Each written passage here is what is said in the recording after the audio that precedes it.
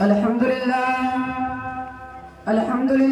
رب العالمین والصلاة والسلام علی سید الانبیاء والمرسلین اما بعد جشن آزادی کے موقع پر موجود ملک کے ثبوتوں اور وقار ہند پر مرنے والے دوستوں، آج یوم آزادی ہے جو ہمیں انتھک کوششوں، بے مثال قربانیوں اور ہندوازم اتحاد ہے۔ آج ہمیں ہندوستان میں اپنی جان مختلف رنگ سے اپنے خوشیاں ظاہر کریں۔ ہر انسان جشن آزادی مسرتوں سے سریشان اور آزادی وطن ورنہ پروان ہوتا ہے۔ یہ ان کا فطری حق ہے اور سے وفاداری کا زندہ ثبوت ہے۔ لیکن آزادی کیا ہے؟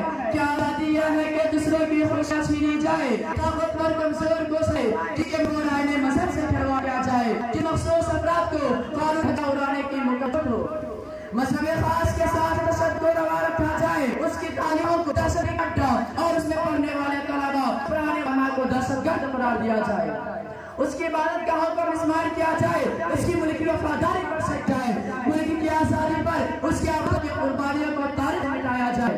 میرے قلب جگر کے ساتھوں، ہندوستان جس کی گود میں جنگا جھنگا جوانی ہے، کوس کی اور ستیس کی جوانی ہے، لال قلعہ اور جامع مسجد کی مضبوطی اور پاک اس کی ہے، تاریخ کی خوبصورتی ہے، اونچے پہاڑ ہیں، محل جھیلا اور اشار ہے، مختصر و ملت اور دینوں تھم بنے ہوئے ہیں۔ اس عظیم ملک کی آزادی میں ہندو، سکھ، عیسائی اور اس وطن کی خاک سے پیدا ہونے ہر شخص کی قربانی ہے۔ وطن کے گھر پر سرد اس جنت نشاں ملک ہندوستان سے وطن کے مٹانے میں جہاں مہاتما گاندھی، پنڈت جواہر لال نہرو، سردار پٹیل، ڈاکٹر بھیم راؤ امبیڈکر کا اہم کردار ہے، وہی معمول ہند مولانا ابوالکلام آزاد، مولانا محمد علی جوہر، یہ تحریک کشمیر میں اجلاس خون ہند اور مولانا حسین احمدی کا ہے۔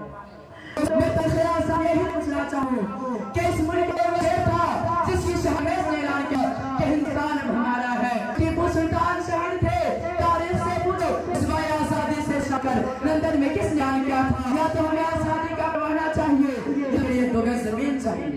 مولانا محمد علی تو تھے، اے تاریخ ہند سر پر تلوار کر انگریز سے للکارتے ہوئے تھا کہ میں نے کل انگریز کی نوکری حرام قرار دیا تھا، ابھی بھی میری رائے ہے اور کل بھی میرا ہوا ہوگا۔ یہ مولانا حسین ہند سنائے، یہ ہے ہماری کی تاریخ، لیکن سنو اب بھی ہم تمہارے وحی و پہاڑ سناتے ہیں، ہمارے وحی اسے اور وحی جگر ہیں کہ اگر کوئی ناپاک قدم پیش ڈالا اس کے پاؤں کاٹ ڈالیں گے، پھر مائی کرے گا تو اسے ہلاک برباد اور اسیان عبرت بنا دیں گے۔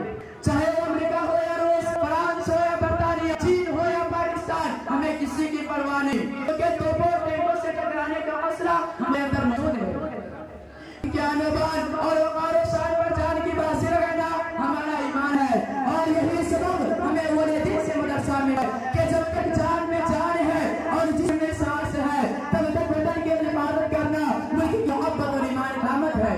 ان شرط یہ ہے کہ ہمیں اس ملک کا اجارہ نہیں، برابر کا پسند کیا جائے، وطن نہیں وفادار مانا جائے، ان میں شانتی کا راج قائم کیا جائے، خوشحالیوں پر کوئی گرا ہے ملک کے ہر باشندے کے لیے کھلی جائے، گنگا جمنی تہذیب کے بغور تحفظ کی طرف مضبوط قدم اٹھایا جائے۔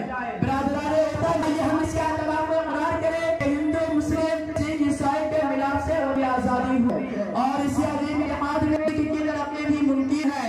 اللہ سے دعا ہے کہ وہ ہمارے جنت نشاں ہندوستان میں امن و امان ہمارا ترقی کا بلند مینار تاثیر محبت کا نمونہ بنائے۔ ہندوستان زندہ باد، یوم آزادی زندہ باد۔